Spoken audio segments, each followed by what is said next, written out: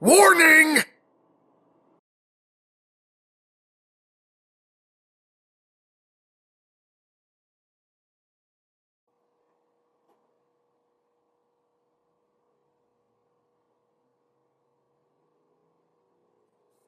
What?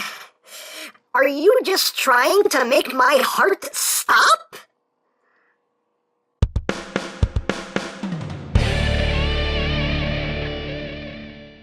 Hey, what's up, my peoples? EmGo here, the freaking geek himself, and today we will be reviewing the Kill la Kill RYUKO MATOI SENKETSU KISARAGI version. So here we are, and there it is. And first and foremost, as always, we'll take a quick look at the packaging. We'll just move her over for a second.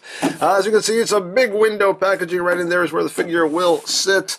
Right up top here, you see RYUKO.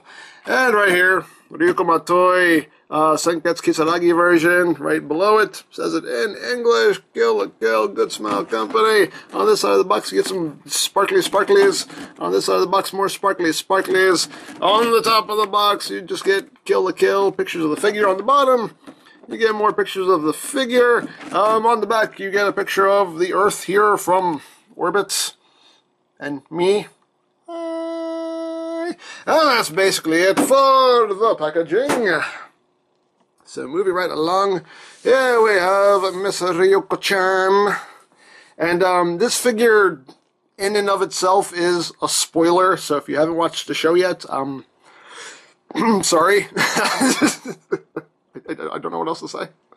You might want to turn this off if you don't want to know anything else about why this exists, if you haven't watched the show yet.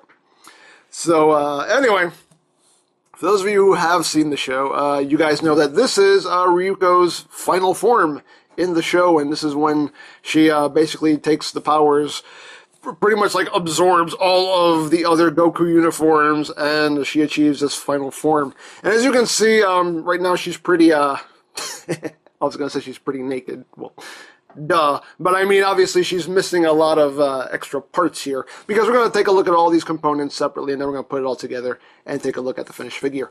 Now, of course, this is not a posable figure. This is basically a statue. There's no articulation, so there's not really much to talk about in terms of what it does, because it's doing what it does. It just stands there and looks awesome. It actually kind of floats there.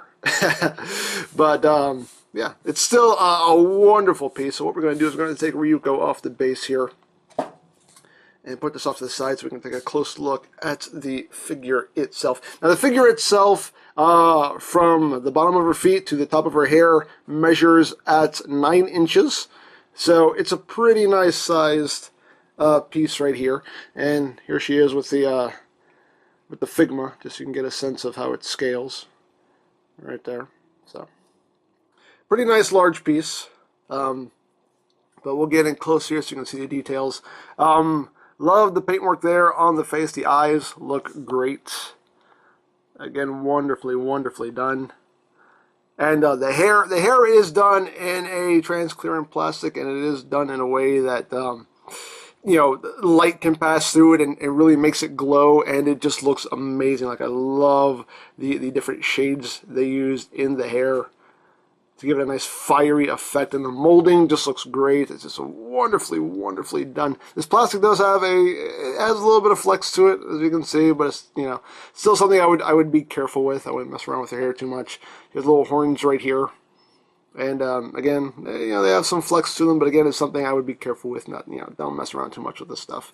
But still, it looks very cool. The paintwork on this figure is amazing. Like, I love the use of just, you know, light and dark shading here to give the suit itself just a wonderful effect. It just looks really cool here.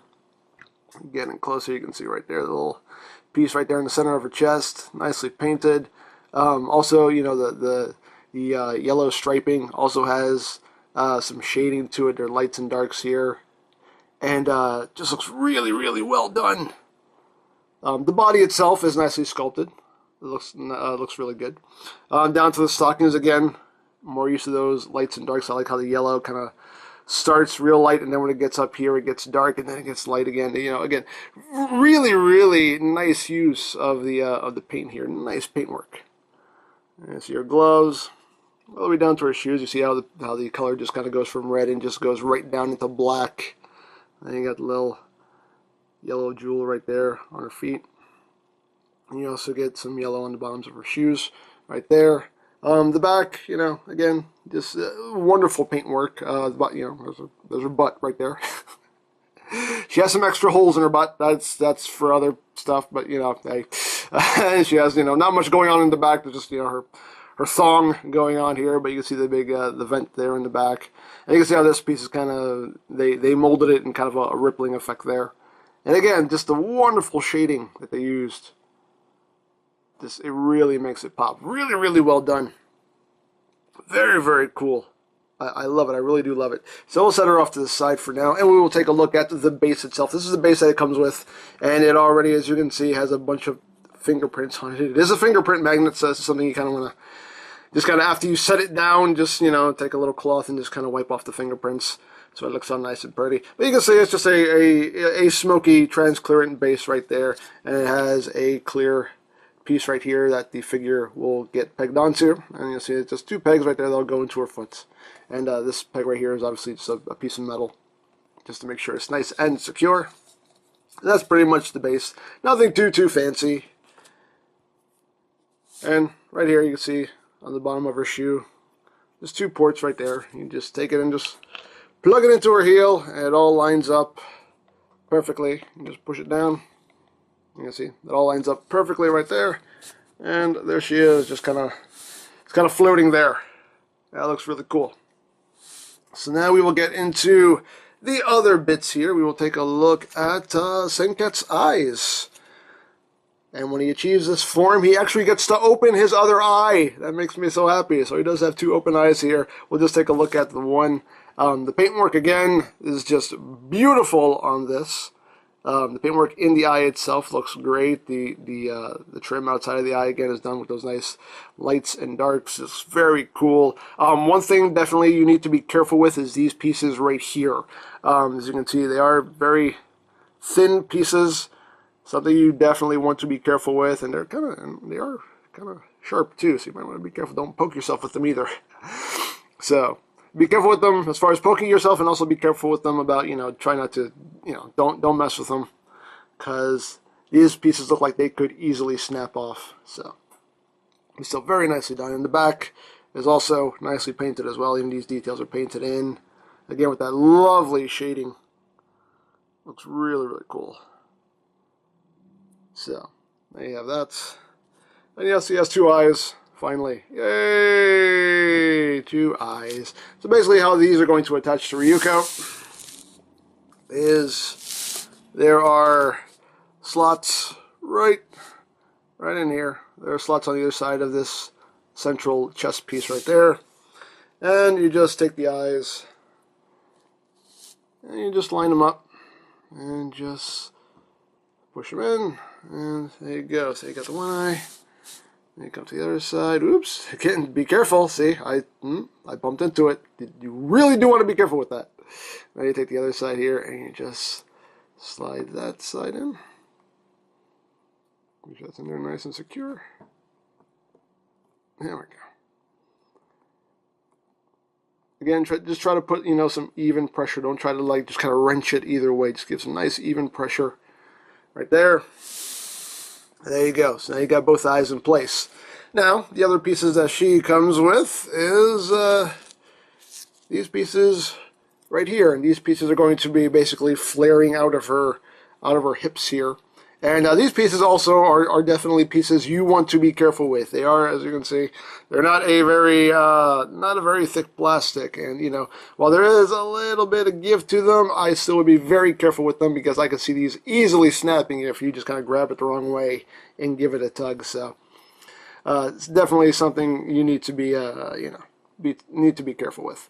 The paintwork on it, though, is very, very nice. You can see how the light kind of passes through it. It is made of a transparent plastic here. You can kind of see my fingers through it. But just the shading they use with the yellow on the rim here, whoops, as I drop it, the shading you use along the edges here really makes it look nice. It really lets the light pass through it really, really well and gives it a nice effect. So you get 2 of these, and these 2 pieces will plug into these 2 ports right here on her hips. So we'll just get in close here.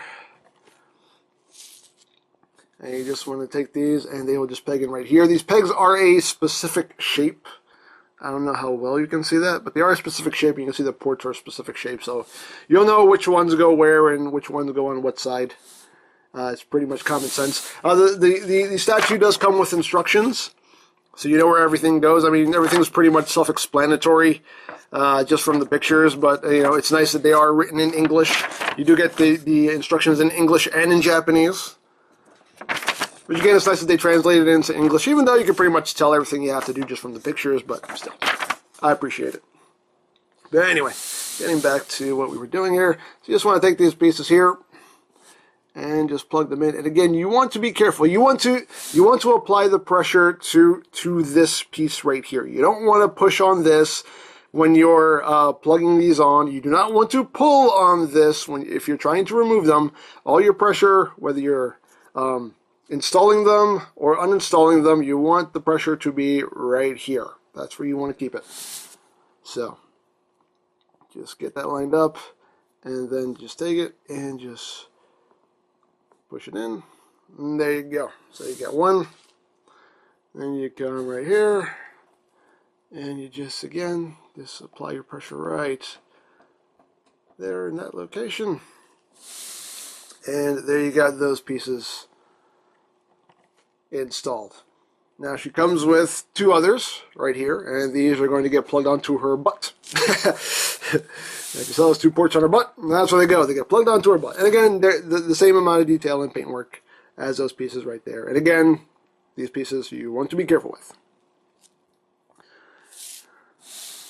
And again, the posts here are a specific shape, so you'll know which side goes where. And I believe I have this right. Okay. So basically, we're just let's focus on our butt for a second. Anyway, this is. And again, you want to apply all your pressure right here. You want to make sure you're not applying any pressure anywhere outside of this. And again, I bumped into that freaking spike on the eye again. Be careful with those. Be very, very careful with those. Every time I do that accidentally, it scares the crap out of me. But anyway, you just want to take that and just push that in. Push that into her butt. That sounded so wrong, but there's no other way I can say it. There's no way to say it without it sounding wrong, okay? That's what you're doing. You're pushing it into her butt, okay? That's what you're doing. Let's call a spade and a butt a butt. Well, you know, anyway, take the other one and plug this into her butt here. Awkward. Why won't this one go in? There we go.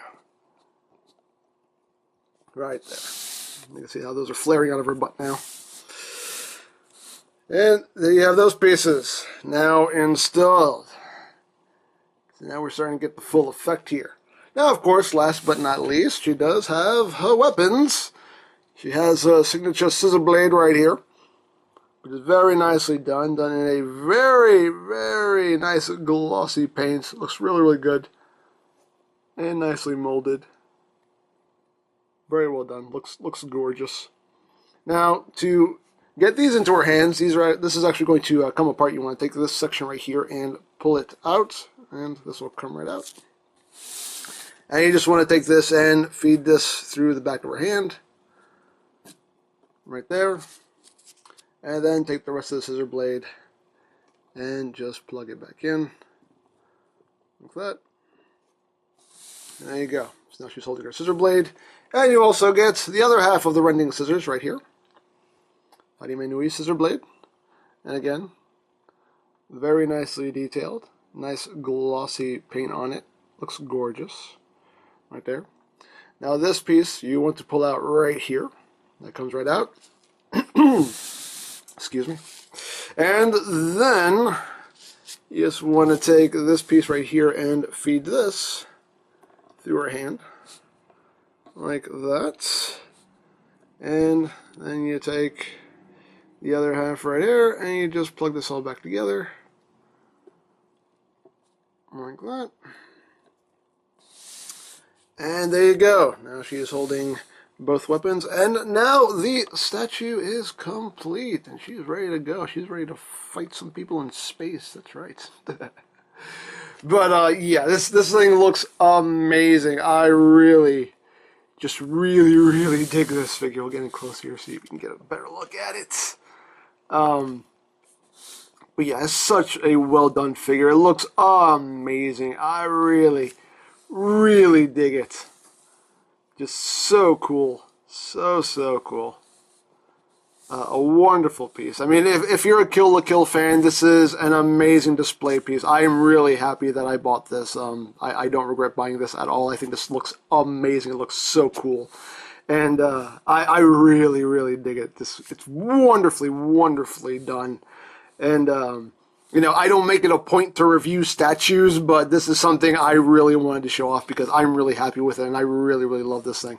It's just so cool, and just like I said, a wonderful display piece if you're a Kill la Kill fan. This is definitely, I think, can be the centerpiece of a Kill la Kill collection, and I definitely dig it. So I think that's pretty much it. So if you would want a RYUKO MATOI KISARAGI version for yourself, you can always check out BigBadToyStore.com for availability. There will be a link in the description down below. I got this one at HLJ. You can also check them.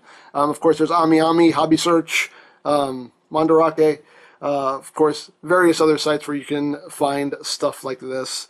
But yeah, Big Bad Toy Store does have them on pre-order. Like I said, I got this from HLJ because they got them in first. Excuse me again, I'm sorry. But yeah, very cool. So there you have that. And of course, you can always check out my Kill la Kill playlist for any reviews you may have missed. Also linked in the description down below, so check that out as well.